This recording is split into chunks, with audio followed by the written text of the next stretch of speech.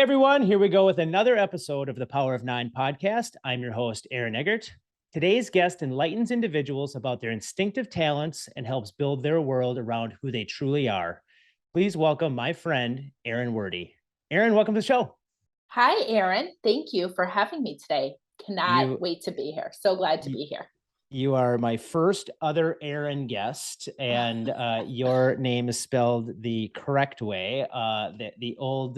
The old Irish, or I think Irish, right? Like, isn't that where ERIN comes from, right? Like, I think it's Ireland, Scotland, something like that. Yep. Even though my name was in the Bible or whatever, like, it goes back a long way. Erin versus Erin. So before I dig in, let's address your pronouns. So please share with me your pronouns. I use the pronouns she and her. Thank you very much. So what I say this every time when I have a podcast guest on, especially somebody that I feel like I've known for a while, like you and I have been friends for a few years. So you were born and raised in Ottawa? I know no one ever knows that, right? If I ever do like two truths and a lie, that's always my fun fact is that I am Canadian. So I would say I was born there, Canadian birth certificate and all, lived there for about 18 months. Okay. So while I was like baby, but I've got that Canadian maple syrup in my veins. Maple syrup blood. So are Yes, you exactly. Today we're recording on a fall cool fall day here, and is that your happy place, or do you like it with the warm weather? Oh no, this is my happy place, minus the fact that I'm really not a winter person. And so like if I freeze in this moment, this is perfect. But as I like look ahead 2 months, that starts to make me feel a little uncomfortable. Yeah. So 18 months, then where did you move? Did you become move back to America then, or what happened then? So moved to Minneapolis. So my dad worked in the aviation industry, was working for the government, which is why we lived in Canadian government, which is why we lived in Ottawa. Then moved to Minneapolis for a position at Northwest Airlines when that existed. Mm-hmm. And that was kind of, I consider myself very much raised here in Minneapolis. Did you spend all through high school and everything here? No, my early childhood years were here. So from like time of a baby until 5th grade. So through elementary school, that's where my roots in Minnesota formed. And then we moved to Go ahead. Then we moved to Arizona, and then that's where I spent my kind of like 6th grade essentially through just post college. And then I met my husband somewhere along the way, and we decided to return to Minnesota. So let's talk about all that stuff. So your obviously there was some travel built into your upbringing, right? And having to shift and change. 5th grade, I think, is, I don't know. I mean, I think young enough to where you're not really establishing your roots, to where it's kind of easy to pluck you out of school and put you into a new school and things like that. Did that environment of like, what I'm going to kind of feel like is kind of a little bit constant change.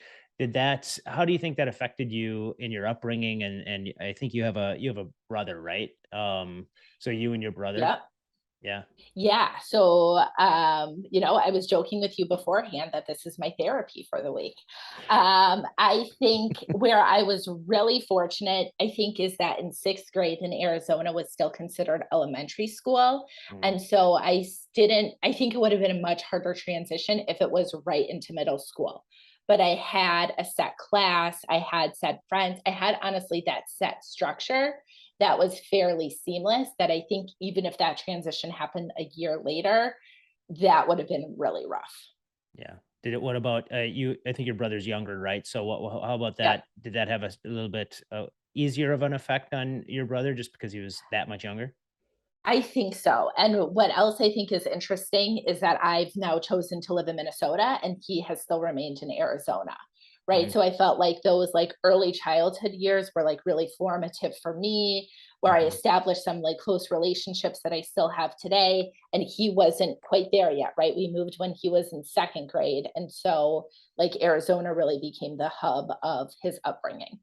Yeah. So I talk about this, and I think you're going to be a fascinating person because you have a background in psychology and you spend so much time, with the work that you do, digging into things like what I'm about to ask you. And Yeah. so becoming an entrepreneur and owning your own business, stuff like that. I look at it is there's such an interesting balance between nature versus nurture, and I think Mhm. sometimes you're born with it, sometimes it's been a product of your environment. Where do you think you fall into that axis of between those two?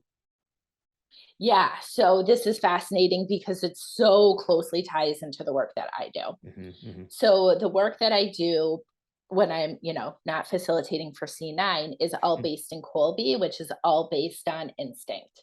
Hmm. And Kolbe has the research to back that your instinct is constant over time. So how I took action, in these examples we were talking about when we were younger, exact same today, exact same as they'll be 20 years from now. So I very much believe that there is a nature component to who we are. I want to be like very clear though that it's not to say that there aren't other outside factors that can change. Moving as a young kid, needing to adjust to a different environment, etc.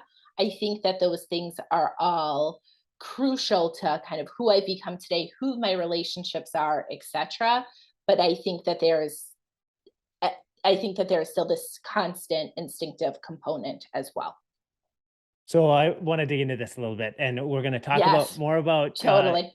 about your story. But this is fascinating. So, and I've never really dug into this deep. But so one thing I wonder when you say that, and you have some strong conviction in that nature side with in parallel with instinct is where do you think? And I don't want to get too like deep or anything, but where do you think trauma comes into that? Like, I think Whew. you know right? Like, I think sometimes there's, and I'm not going to go super deep trauma, but I'm going to say like there's some traumatic experiences that can happen. And then it's kind of like I look at people that have had like they've had cancer, they Mhm. at a younger age, let's say, in their 20s, they get through that, they come out on the other side clean, and they're just kind of like, "F it." Like, "I am gonna go make my mark on the world. I'm gonna start my own whatever it is that they wanna do, Yep.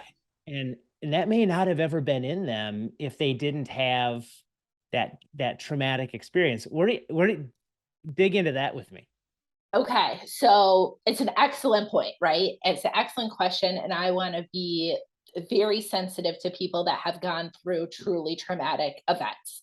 So I want to kind of use that as my background. Yeah.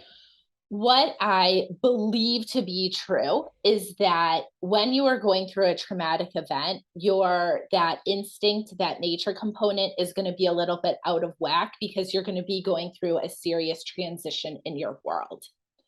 What I believe to be true is once you have cleared through that traumatic event, you will restore to your instinct. But because of these other events that have happened in your world, it can go into overdrive, right? So if you are a risk taker, as we know to be true about you, yeah, and you go through this event and you say like, yeah, I am like going all out, that's going to look like a lot of risk. That's going to look like, let's try this, I'm going to do this, etc., etc. If that were to happen to me, I'm not a risk taker. I'm much more of a structured person. I can say, like, yeah, F it. I'm going to go do all of these things. But the way that I go about doing them would look really differently.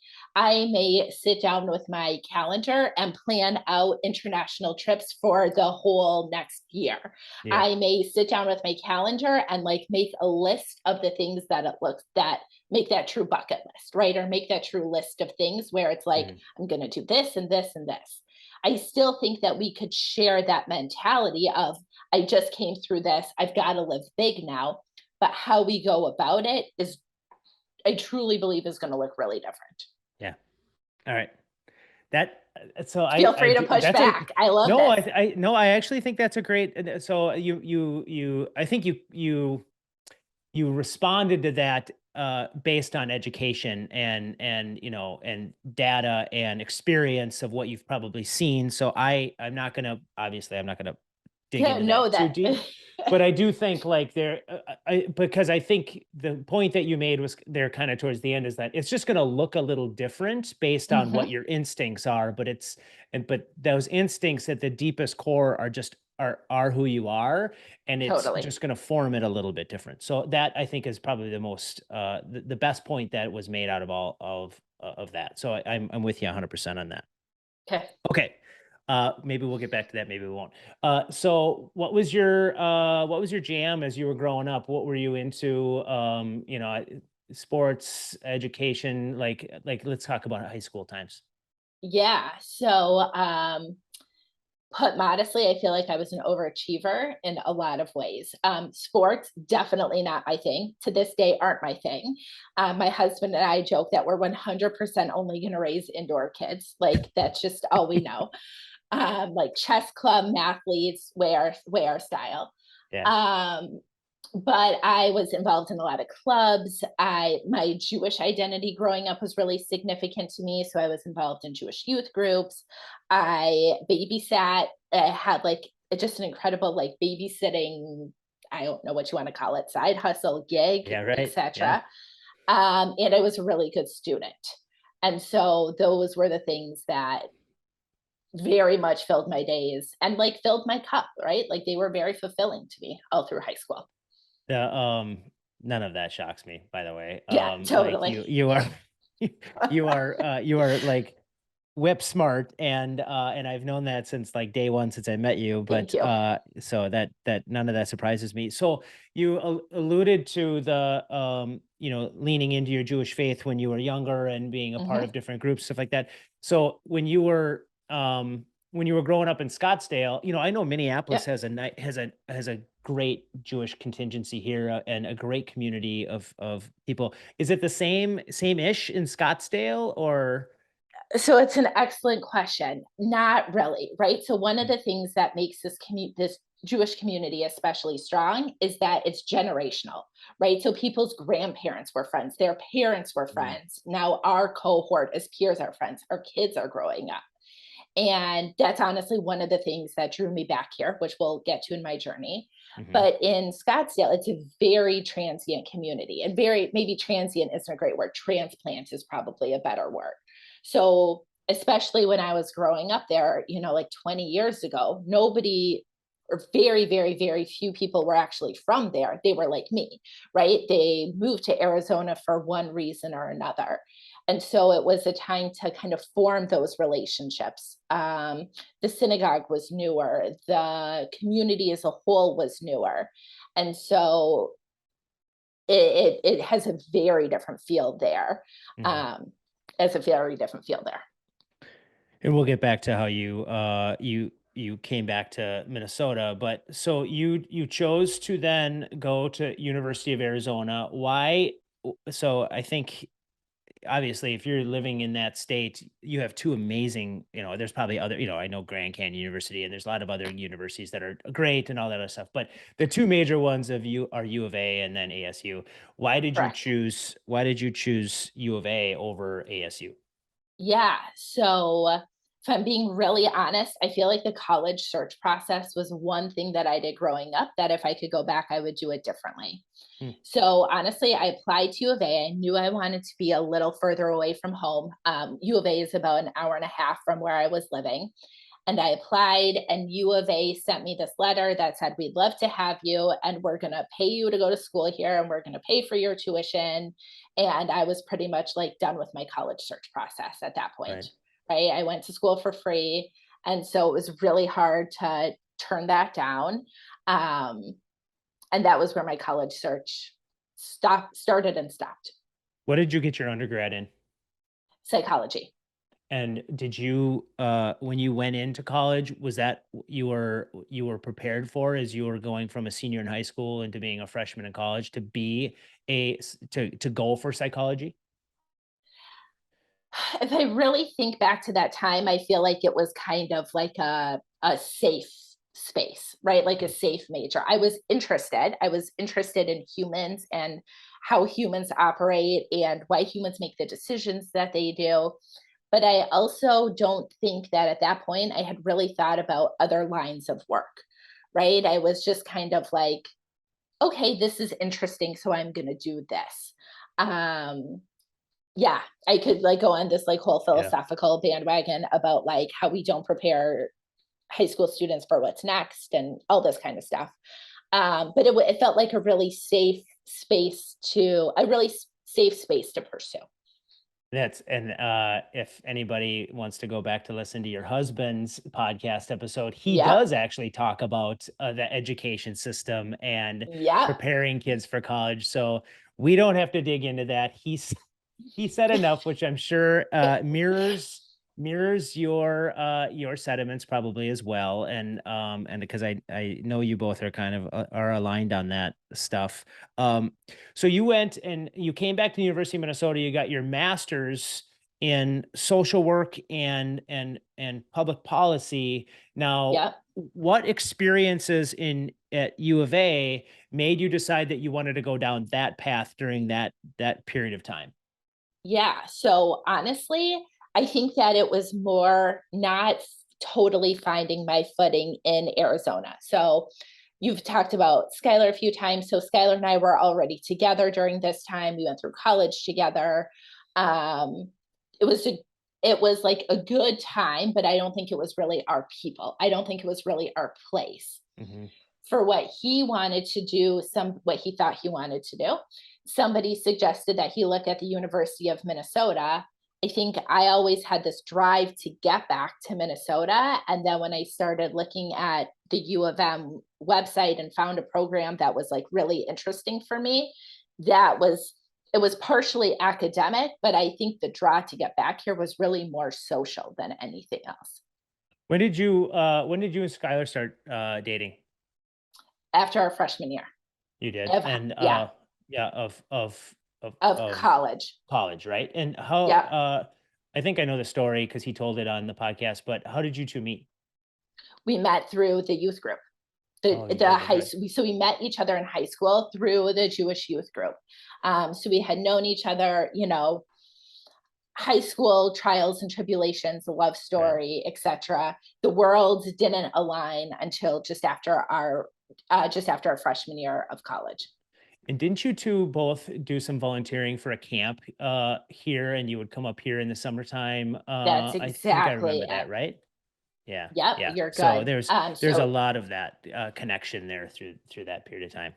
yeah, and I think that again, as we like to look through the social lens, I think that that is really where we felt the most connected, and they're still some of our closest friends to this day, right? And I think that that's where we understood the impact of like true friendship and like true shared values, etc., versus just like people that you're surrounded by and like drink beer with. Yeah. Right. All right. So then you made the decision you're going to make your roots here after you get done with school. What was your first gig? Like, let's call it your adult job or your Okay, post like post grad education, school. right? Like Yep. not babysitting, Okay, which which is good money. I get it, but it actually what really was. Yeah. I know it. Well, I hear what people I don't have kids, right? But I hear what people pay. I'm sure what you have to pay with your kids, and it's bonkers to me. Yeah, I know. And let's be clear, I didn't make 2022 rates back in like 2002, right? Right. Like we have to adjust for inflation. Yeah. But yeah. So when I graduated from grad school, so I really was into nonprofit management, right? So I had these two masters, but the common thread was nonprofit management. And I went around and did all these informational interviews with people. And they were like, well, I don't have a job for you, but here's a project. I don't have a job for you, but we have this event coming up that needs an event coordinator. Could you help here?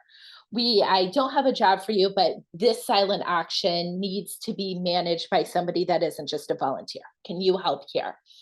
And so for, I don't know, maybe 6 to 8 months or so, that's kind of what I did. I just kind of took on random projects. And I really think, and even as I was like preparing for today, I think that was kind of my first taste of entrepreneurship of like, Oh, there's a lot of autonomy here. Like I get a lot of freedom in what I do or don't need to do. And when I do or don't need to do it, I kind of like this. But ultimately, I wasn't sure where that was going to land. And so one of those contracts that I took on, they ended up offering me full time employment. And after humming and hawing for a little bit, I did end up taking, excuse me, a full time position. So you did kind of a, well, before the term solopreneur was even a thing, right? Like, Yes. or like gig economy or anything Yeah. like that. You were doing some gig economy work. And so what was that? What was that first W-2 job then that those people Yeah. that landed you? Yeah, so it was at a small local nonprofit director of development, right? So it was all things fundraising. It was the event, it was individual gifts, it was board relationship, it was kind of some grant writing, not as much, but it was just making sure that there was enough money coming in the door. Do you like it? I liked it, but I did not like my supervisor, Oh, right? And that was yeah, where the issue came into play, right? yeah, yeah, I'm very structured. yeah, She was not. We could, knowing what I know today, we could have been it could have been an incredible mix. It was not. yeah. So, let's take a quick break here. I'm gonna hear from a few of the community supporters, share their stories with our listeners, and then let's jump back into some things because I want to talk about what you did after that. The topic of talent is hot in organizations of any size, and I would argue none more than small to mid-sized businesses. That's why it's crucial to have a partner to help you navigate all the HR idiosyncrasies so you can focus on working on your business and not in it. Insperity is a full-service HR partner with a high-touch, high-tech platform helping owners work through challenges like employee retention, company culture, and benefits, just to name a few. Do yourself a favor and explore all they have to offer at insperity.com. Insperity, HR that makes a difference. Listen, people, everyone needs a bank. Not just any bank, a good community bank. From personal needs like checking and savings accounts to business services like financing and M&A support, the team at Flagship Bank is there to provide you with the assistance you need so you can spend less time thinking about your finances and more time enjoying what your money can do for you. To learn more, head over to flagshipbanks.com. That's flagshipbanks with an S.com. Member FDIC, Equal Housing Lender. Flagship Bank, investing in you. If you're anything like me, you know enough to be dangerous when it comes to finance, yet need some help when things are complicated. All-in-One Accounting provides the right financial expertise and leadership to align with your stage of growth. From outsourced accounting and bookkeeping to strategic financial planning, the team of accounting rockstars at All-in-One Accounting are passionate about positively impacting the lives of their clients. Check them out at allinoneaccounting.com. All-in-One Accounting, taking our clients from financial chaos to business clarity and beyond. United Healthcare believes there's no limit to what care can do. UHC is continually focused on building a modern, high-performing health system via improved access, affordability, outcomes, and experiences. With a network of over 1.3 million care professionals and 6,500 hospitals and care facilities, United Healthcare is dedicated to connecting you to better health by offering quality benefits designed for affordability. Go to uhc.com for healthcare plans, resources, and more information. United Healthcare, helping people live healthier lives. All right, we're back. Thank you for our community supporters for supporting our podcast and Coalition 9. Let's dig into so was that your last stint at doing some like nonprofit work, or did you jump into for-profit business at that point when you decided to make that shift and leave that organization? That was my last stint at professional nonprofit work. So I've Yeah. done other board stuff and volunteer stuff, but Mhm. that was my last like W-2, I'm getting a paycheck Yeah. type of work. And that Yeah. was 11 years ago or so, 12ish years ago. Yeah. And so, and I know you've had your business for a while, but so you went to like, talk about complete opposites, going from a nonprofit fundraising, board Mhm. relations, grant writing to a financial planning firm, like Yep. nonprofit to some of the I most ultimate woo, of for profit. Yeah, exactly. yep. So what made you make that decision? Sure. So around the time Well, first of all, I knew like I had when I was in this working at the nonprofit, I knew it was not sustainable, right? So Sunday scaries to like a degree that was just like almost numbing, right? Mm, Knowing that the week was coming. I at the time lived in Golden Valley. I used the office was by the airport, so I had like a fairly decent commute, and I was like so tired at the end of the day that I just knew that it was not sustainable, right? So some change was going to come. Didn't know what it was going to be, but it had to be something. Around this time, Skylar and I started going to our financial planner to start, getting all the fun things together, like life insurance and legacy planning and all these things, even though we didn't quite have kids yet.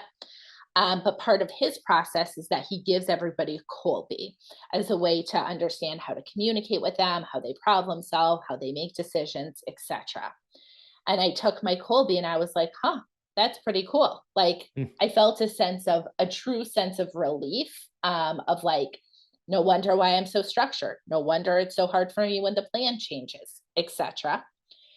And very long story short, he was looking then to start a division of the financial planning company up and to based around Kolbe. And he kind of offered on a whim for me to take it. And I knew that what I was doing professionally was not sustainable. And so, yes, even a complete 180, even a person that's like fairly risk averse, I was like, I've got to do it. Like, I've right. got to take something new. And so I jumped on board. Yeah, your kind of your fight or flight mechanism kicked in and just saw this opportunity. I mean, I don't even know if it's you probably just were so miserable at the other, and that's a strong word, but it Totally. sounds to me like if you had Sunday scaries and you were dealing with some of the anxiety that goes along with all that, you were just like, okay, this person wants to pay me to do this. Are you kidding me? Like, let's dig in. That what absolutely. Yeah. Absolutely. And I knew that it was experimental, right? But again, I knew that there was some change in my world that was needed. No Yeah. question. Yeah. So, all right. So before we dig into what you do now, there's a series of the other thing besides nature versus nurture. I think this is another thing that you're gonna like that you and I can jive on is a little bit is the paradigm shifting events, right? So like you go through the different experiences that um make you think that you can do this at a greater level, whether it be as an entrepreneur or as a leader of people or things like that. What were some of is up to this point in your journey where you're about to start your own business and do Colby and then some we'll talk about some of the other things that you do full time. What were some of the paradigm shifting events that took you as a relatively risk adverse person, very structured and Yeah. very methodical Yep. to make a leap like that? Yeah, I think that it was, gosh, I think it was a few things. So one, like on my relationship with Skylar, right? So many things I can say about that, but like we really like came of age together in a big Mhm. way. And I think that there was like a big level of trust and a big level of like pushing each other to do things in a very healthy way, that I think was really crucial. And I think we were kind of joking about it a little bit earlier on, but I have this track record of kind of really rising to the occasion of whatever comes my way, college scholarship, grades, sorority life, whatever it was. And I like had this confidence of, yeah, I can, I can do this. And I'm willing to do this, willing to do the harder unknown to avoid doing what I currently know. And that's terribly miserable. And I think that's one thing that I think is so like underestimated is that power of that individual that has your back, whether that be your significant other or whatever it is that, for me, it was my wife when Yep. I made the decision that I was leaving iSpace and going over to start my own thing. And so for you, kind of the same thing. It's so powerful to have that. And I know that you've done this for him. And so right? And not too long ago. And so I think that there's so much there that can fuel a paradigm shifting event when it comes to, frankly, just moral support. Oh, absolutely. Right. Like Sheryl Sandberg talks about how like the best business decision in life you make is the person that you marry. Yeah. And I don't quote Sheryl Sandberg very often, but Yeah. it is true. And I appreciate that you bring that up, not only for me, but very much for Skylar as well, right? Because I Yeah. think that we have the external perspective, but we also have just like that deep history where it's like, no, you can do this. And this is a good move, not only for you, but I'm also going to have you put our family in jeopardy. And so there's just like a deep trust that comes with that as well. Yeah. So what made you make the decision that you were going to part ways with the financial planning firm and go do your own thing? And I think you've been doing this now, like just under 10 years. Yeah. Yeah. So I went to the financial planning firm, and um, I would be lying if I said that it was like totally my decision to have me do my own thing. There were a lot of pieces about my work that didn't make sense within their model. Who I report to, PTO, everything being extremely compliance heavy, just a lot of things that didn't make sense. And so they were kind of like, "Hey, Erin, here you go. Like, we're going to give you this opportunity to do your own thing." And I was like, "But I don't want to," right? Like, because at least I had the, you know, risk averse, right? I Right. had the backing Stability. of a large, it was exactly, it Yeah. was a Yeah. large organization. It was stable. I was physically present in the office, etc. And they were like, "No, really, here's the door." Which now looking back, eternally grateful for. At the Right. time, felt incredibly scary. Yeah. Yeah. So, you you kind of hung your hat on the Kolbe system as being Yep, kind of, and to this day, I still am I correct in saying that Kolbe is kind of still at the core of what you absolutely. do, but you've just bolted on a bunch of other different type of offerings with what you do.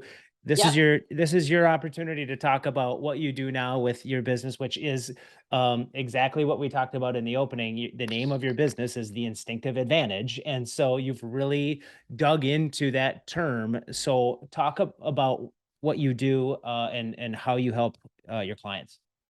Yeah. So Colby is really the core focus of my business, right? So at its core, what I do is I help people understand their instinctive talents and the instinctive talents of the teams around them.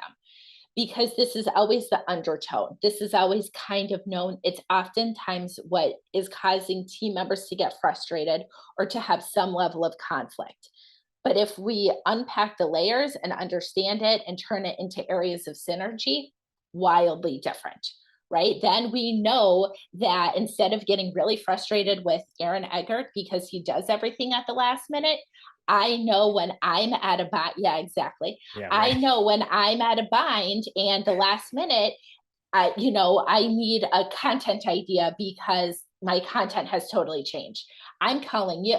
And in 3 minutes, you're going to give me 500 ideas that I can play off of. And I'm going to take it and run with it and be better as a result. So many different examples that I could give, but that's the core. That's the cusp. Is the crux is making sure that people understand their instinct and are working in their instinct as often as possible. I do work around hiring because you can use Kolbe in hiring. I do work around team building. I do a lot of work with clients that run on EOS because Kolbe is the endorsed people tool of EOS worldwide. I speak EOS, but I'm not an implementer. I do ongoing coaching, all of the things, but that core is around instinct. The so for people that don't know Colby, if you like Google Colby, Kolbe, and then the letter A, that's probably what's going to get you there the fastest. Because there is some weird stuff that is just when you say just Colby. Um, so Or it'll the take you to the window company. right, well, you're 100% right. So Yes, that I is know it exactly, does. I yeah, know that's like a whole issue. We'll yeah. save They got that to. for a beer sometime. We'll Yeah, let them figure that out. exactly. So the Colby assessment, when you and I met, you had me take it, and Hmm. you basically said I think I'm like the highest under like quick start, Yep. right? So what are the four components that go into the Colby, and then if you will share with me what your score is and Sure. how you can kind of talk through that versus kind of like how you and I think we've made it pretty crystal clear that you can find two more opposite people when it comes to in these types of things. So Mhm. let's dig into that a little bit about what that all means. Sure. So there's four ways in which Kolbe has found that people take action, and everyone is a number somewhere on the continuum. So the first action mode is fact finder. It's all about how you gather and share information. If you need a very little bit of information, you simplify. If you need a lot, then you specify. Me and you, polar opposite ends of that. Second, Kolbe action mode is follow through, which is all about how you organize, your need for system and process. If you are low on the follow through, low never being bad, if you have a lower score on the follow through, you adapt. Very sporadic, highly flexible, look forward to pivoting, etc. That's where you are. Mhm. Other end of the spectrum is systematic, structured, rigid, step by step. This is the plan, and so we're going to stick to the plan. Third, Kolbe action mode. We're opposite again. It's quick start, and quick start is all about how you handle risk and uncertainty. It's all about the unknown. Lower end of quick start is you will stabilize or stick with what already works well. Higher end of quick start is you will innovate, experiment, take a risk, think outside the box, try something new. Who cares if it's working? Let's see if we can get it to do 10 times better, etc. Last Kolbe action mode is the one that is most misunderstood, and that is implementer. Implementer is called implementer for implements or tools. It's all about your need to be physically hands on. If you are lower on the implementer, you conceptualize, you envision, you imagine, right? This is often professional services, finance, HR, because it's not three-dimensional. Mhm. Higher on the implementer, you need physical, right? You need to be in manufacturing, construction, orthopedic surgeon, electrical contractor, etc., because you need that physical as part of your work. I am much lower there. I'm very conceptual. And you, of course, are in the middle there, right? I think about your farm, the spaces that you've built out, the hobbies that you have, the workbench that I've seen from you. Very tactile, right? And that's critical to Yeah. some. You include Yeah. it in how you take action. Yeah, and I thought that was so when you had me take that assessment, you dove into all that stuff that I didn't even think about. Like I'm always thinking about like just the business side of things, but you're like, Yes. no, it's like it's the farm. It's like why you like to go and chop trees and like do all that kind of stuff. You actually dug into that side of things more than the business side, which was like, oh, that kind of got my brain really rolling. Yeah, I've even thought about this with you with like your big push for C9 and the events, right? That's how I feel like you see the energy of the community, right? They're Yeah. at interesting spaces, they're at interesting locations, and it's that physical congregation that I feel like makes C9 more real to you.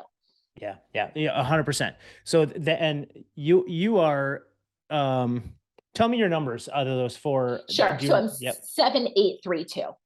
7832. So yeah, we are like literally polar opposite. Total And opposite. it is all structure and it is all so being so structured, do you feel like that it takes you a little longer to innovate and to come up with Mm. new ideas of how your business will evolve into the future? Like, is that so? Where I'm going with this is like I always want to find out where you think that you're going to take this business and where you want to see yourself in the future. But is that do you have to like plan an event to then like segregate yourself from the world so that you can really dive into where you see the vision of your business?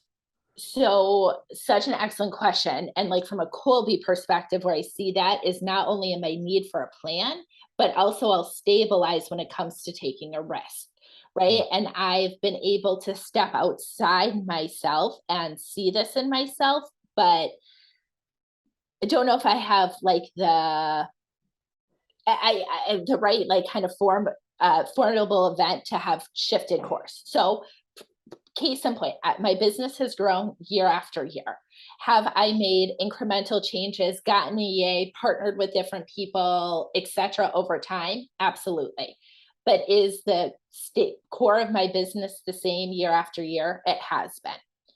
At some point, right, I'm going to exhaust myself, either like because I do coaching and there's only a certain amount of hours in the day, or my network just keeps growing, which is a wonderful problem to have.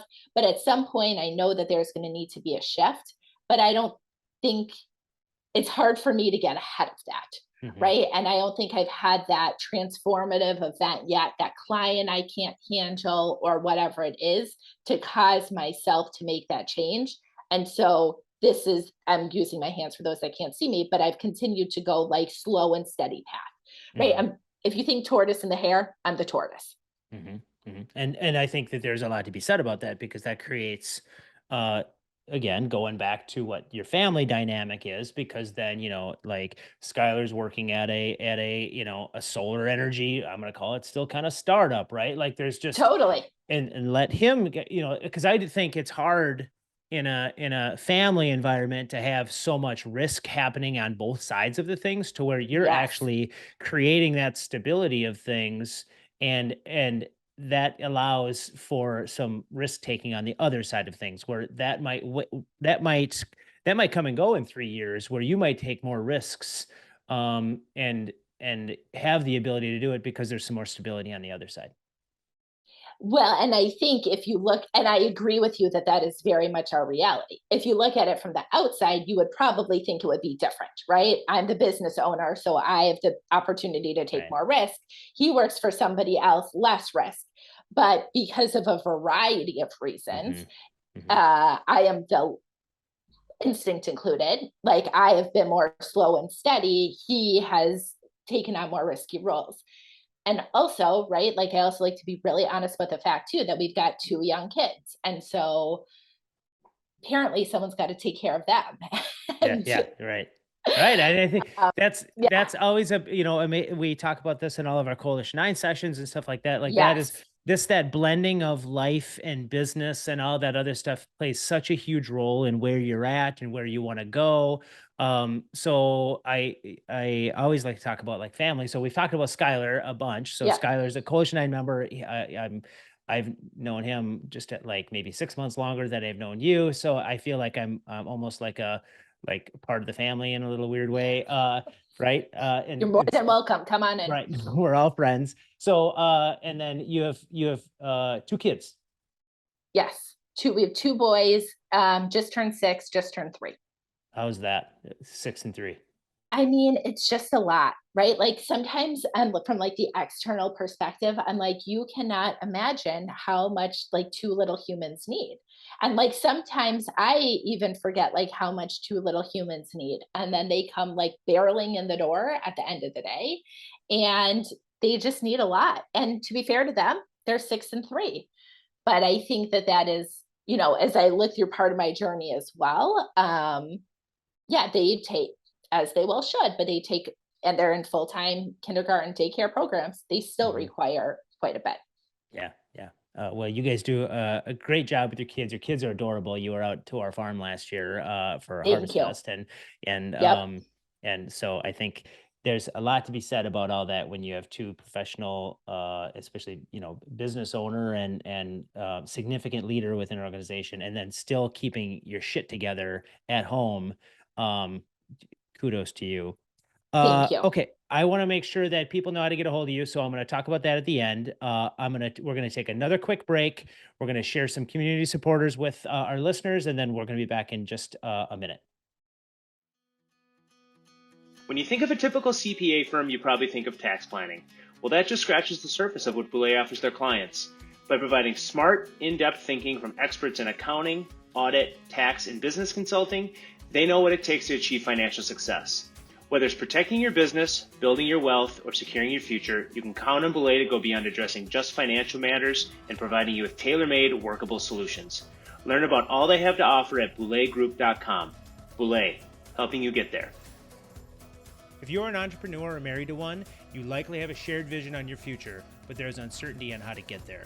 That's where the team at eWealth Partners comes in. They see you as a dynamic duo, and as fiduciaries, they're committed to helping dynamic duos like you design a financial plan that aligns and empowers you. Navigating the entrepreneurial journey shouldn't add stress to your relationship. It should be fun and exciting. Visit ewealthpartners.com to learn how they help couples like you plan for their financial future today. eWealth Partners, holistic financial planning for entrepreneurial couples. Investment advisor services offered through AdvisorNet Wealth Management.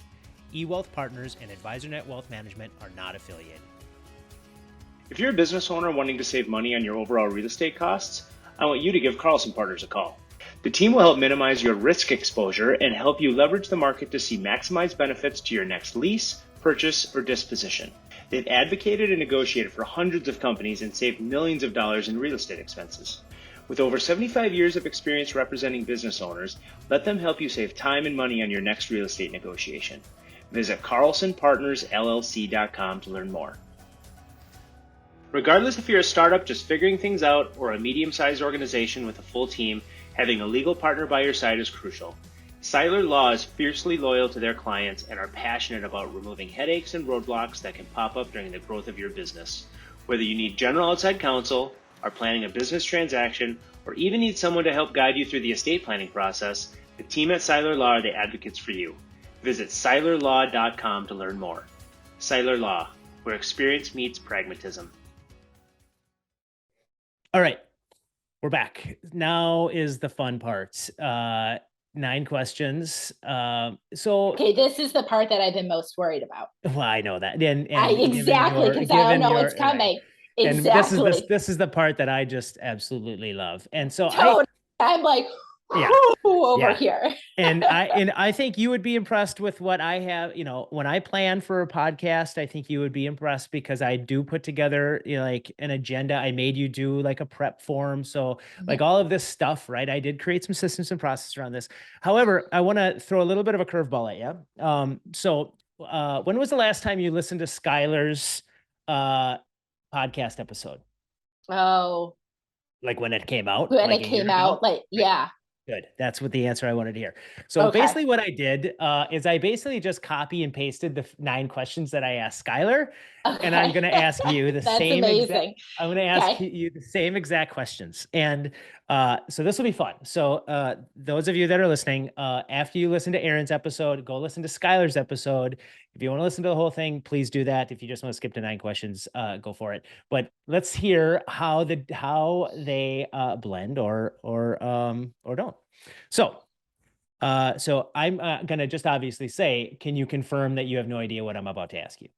I'm like mentally right now. What did he ask about? What did he ask about? I should have written this down. That's what's going through my mind, but I do not know. And I didn't listen to him beforehand because I didn't want to have any like preconceived notions. I do remember the answer to one thing, and I'll tell one of them, and I'll tell you which one it is when we're doing it. Okay. Question 1: what is one quality in a person that impresses you? Honesty. Yeah. I mean, right? Like that 100% is you too, right? Like that. Yeah. That you didn't even skip a beat in answering that question. Yeah, and like this is like, as I've got like, I don't have time for this shit, right? Like don't just like, let's have a real honest conversation about it. Yeah. What was your favorite cartoon as a child? Rugrats. Nice. Mm-hmm. Yeah. Nice. What channel was that? Pickle Family, Nickelodeon. Yeah. I don't think we even had cable until I was like a junior in high school. So I don't, you're very fortunate in that respect. Describe your college experience. So let's say undergrad. Describe your college experience in 3 words.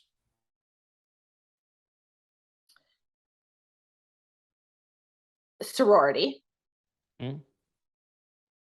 Social. Mm-hmm. Academic. I'm probably in that order. Yeah. All right. I love, first, I just got to say, like, you chose those words so like thoughtfully, where like, I think like most people are just like, Beer. Right. Right. Exactly. Just the most random, or it's almost more like feelings, right? Where you were like very Yeah. thoughtful and very succinct in your responses. You alluded earlier in the podcast about, you do about, you plan, you're a big planner when it comes to travel and things like that. Not saying that it has to Totally. be travel, but what is one thing that's on your bucket list? Oh, I really want to do sabbaticals in other countries, like international sabbaticals. Yeah. Like take a month off while the kids are still young enough, take like a month off during the summer and live in London for a month or live in Scotland for a month. Um, that's the vision. And I think with your business, some of the work that you do have the ability to work virtually. So why the hell not, Exactly. right? Exactly. So that is probably not for summer 2023, but hopefully starting summer 2024. Oh, I love that. Good for you. Um, what is your favorite piece of clothing? A scarf. Like I just do, any no, scarf? I actually usually keep one back on the back of my chair. I have like a warm, fuzzy scarf that's like really heavy that I usually actually have in my office, especially this time of year. And I love like that, like, cozy up feeling. So I think it was I think Skylar's birthday is like Ooh, you're when is good. Skylar's birthday? It's October 28th. Okay, so that's when we recorded this. It was like right after his birthday, so it must have been like early November. And you must have Yep. gotten him a vest or something. He did get a vest, and he is very proud of himself that he's the person in I think it was at Jackson Gray told him he's a vest person, Mhm. and they probably just did that to like stroke his ego, and he has really like taken that to heart. Yeah, well, that was his favorite piece of clothing at the time Yes, and I when think I it asked him still that question. probably is. Yes. Oh, that's great. What is the last gift that you were given? The last gift that I was given, my gosh, I'm trying to think. My kids give me their art all the time, but I'm not really sure if that counts. 100% Does that that counts. count? Okay. Yeah, heck yeah. Do Yeah. you hang it up Yeah. anywhere special? Yeah. I have like a whole bunch of stuff hanging up here. All right, good. Are you in your office right now? I am. Yeah, okay. Um, what is the average time you wake up and what is the average time you go to bed? So we're like early, we go to bed early. So probably like 9:30, 10, and we wake up at 5. I literally went to bed the last 3 nights. I got in bed at 8:45. That's well, and last night it was dark. Yeah, it Like we was. like went into our room at like 8:30 to like Oh, whatever, put stuff away. And I was like, oh, it's only 8:30. Like it felt like the middle of the night last night. I know. And it's that weird transition from summer to winter, now it's getting so dark so early and I do love the hibernation part of it. So, I will wake up at 5, but I do love going to bed at an 8:30 every once in a while. Heck yeah. Totally. Uh, where is your happy place? Okay, this is like very out of character for me, but I really do love Las Vegas.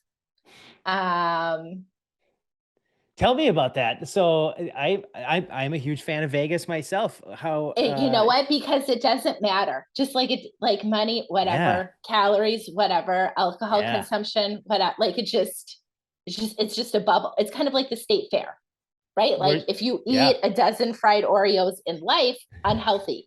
Eat a dozen fried Oreos at the state fair, totally fine. I yeah. feel that way about Vegas too. Spend X $100 on a meal in real life, that's a lot of money. In Vegas, whatever. Yeah, it's like normal to spend $30 on a martini in Vegas. Would you ever do that here? Hell no, you can buy a Yeah, bottle of vodka for that. yeah. Or you would then complain about it, right? But Yeah. in Vegas, it's fine. Yeah. What's your this is not part of the 9 questions, but what's where do you stay when you go out there? Oh, we've stayed at a lot of different places, and we haven't because we used to live in Arizona. We used to go a lot more often, right? Yeah. The Palazzo, we usually like to stay usually at the Palazzo. Yeah. I would say if like given all things equal, Yeah. I like Cosmo just because the energy's crazy and it's the a lot of fun. energy. So, yeah. Mhm. Yeah. All right, last question. You made it through this. You're Okay. just nailing this, so this wasn't that bad for you at all. And I did kind of take it easy. What is the best? This one is the harder one. What is the best piece of advice that you've ever received? Actually, so when I was doing like a whole bunch of informational interviews out of grad school, somebody was like, just get started, right? You'll end up on the right path eventually, but just get started. I think that's like the best piece of advice. So as you know, I've talked to plenty of people along the way looking for jobs or how do they do their own thing or whatever it is, like just get started and you will end up on the right path. And I totally believe that to be true. Especially someone like you that really enjoys that structure and that Ex- is right, like that is great advice. Yep. Yeah. Yeah. So that has really stuck with me over the years. Oh, you survived. Very Oh, well phew. done. Yep. So you can go find your scarf and cuddle with your scarf with the Perfect. yeah, right after this. So I want to make sure that people know how to get a hold of you because I think as they listen to this, we did I think a good job of talking about Colby and the work that you do. I think it gets so much deeper, so people need to get to know who you are. Please share all your socials, your email, whatever, however people can get a hold of you best. Yeah. So the website is www.theinstinctiveadvantage.com. Great company name, incredibly long though to type out. Email is usually the great way to get in touch with me, Erin at theinstinctiveadvantage.com. Or you can always just reach out to me via my cell 602-295-7394. Wow, I love it that you put your cell phone on there. And then Totally. obviously, I think you're on LinkedIn, right? Yes. And I'm on LinkedIn. Another great way to find me. Yep.